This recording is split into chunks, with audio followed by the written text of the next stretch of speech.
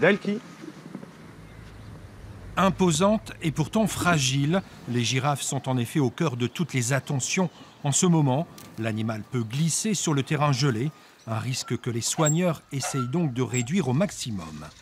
Le sol est surveillé tous les matins. C'est un sol en sable qui a d'ailleurs été retravaillé il y a quelques jours de manière à avoir le minimum de périodes de l'année où elles ne puissent pas sortir dans l'enclos extérieur. Avec 200 animaux, 60 espèces, le zoo de Maubeuge continue de tourner, même en période de fermeture. Les singes, les tigres, les éléphants, tous ont besoin d'une surveillance accrue, en effet, mais aussi d'une alimentation particulière. Donc là, je prépare une ration pour un de nos primates, donc les colobes. Et donc, bon là, essentiellement, ça va être un mélange de fruits et de légumes.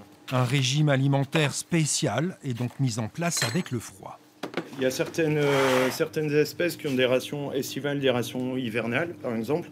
Donc effectivement, ça peut être plus riche d'une période à l'autre. Puis comme je disais aussi, il y a certaines espèces à qui on va rajouter de la betterave, par exemple, en hiver. La plupart des animaux se sont habitués aux conditions climatiques. L'eau gelée à certains endroits oblige les oiseaux à jouer d'ailleurs les équilibristes. Tous les animaux sont sous surveillance étroite de la part des soigneurs, du vétérinaire du parc, des équipes techniques. Donc on s'adapte, mais tous ces animaux sont issus pour la plupart d'autres collections zoologiques européennes et sont donc acclimatés à ces températures.